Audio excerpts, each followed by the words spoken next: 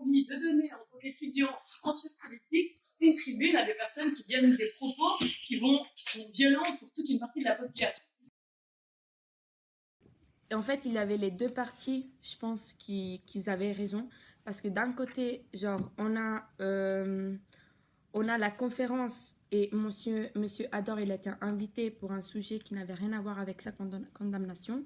Mais après, je comprends quand même les idées qui ont été soulevées par les gens qui voulaient boycotter la conférence. Et la base de la démocratie, c'est un débat démocratique où tu as deux pôles opposés, qui ont deux opinions opposées, mais qui peuvent soit donner une information complémentaire aux étudiants pour avoir une idée claire de ce qui va se passer, soit avec le référendum, etc., et aussi pour donner légitimité, en fait, donner la possibilité aux étudiants de se faire une opinion complète et vaste sur le référendum, et pas seulement avoir une opinion concernant le référendum, parce que sinon, on ne parle même plus de démocratie.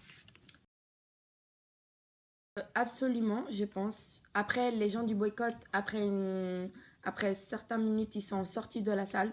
Du coup, ce qui a aidé pour les gens vraiment intéressés par la conférence de rester et de écouter la totalité de la conférence. Après, voilà, le problème, c'est que la conférence, à ce que je sache, était organisée un mois à l'avant.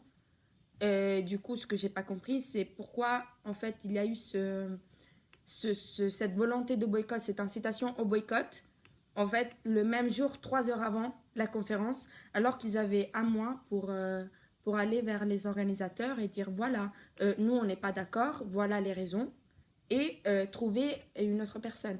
Je trouvais que le débat était malgré tout assez équilibré, même si l'intervenante socialiste était en minorité, elle avait du répondant, mais ça se voyait qu'elle manquait un petit peu d'expérience et il aurait fallu pouvoir les contrôler mieux, mais peut-être à mettre sur le dos du stress de l'ensemble de l'événement, parce qu'il y avait beaucoup de contestations.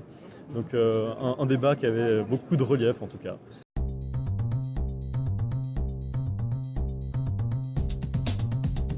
Pour laquelle nous nous engageons, c'est pas pour défendre des objets inertes, c'est pour défendre des droits et des libertés qui existent presque de tout temps dans ce pays. Comme la liberté de croyance, par exemple. Absolument. Absolument. C'est une loi qui demande pas beaucoup plus que ce qu'on a déjà actuellement. Il n'y aura aucun changement sur les armes militaires. Ça veut dire que toutes les personnes qui possèdent une arme du service militaire pourront la garder de la même manière à la maison que c'est déjà le cas actuellement. Mais il y aura un changement par rapport aux armes semi-automatiques.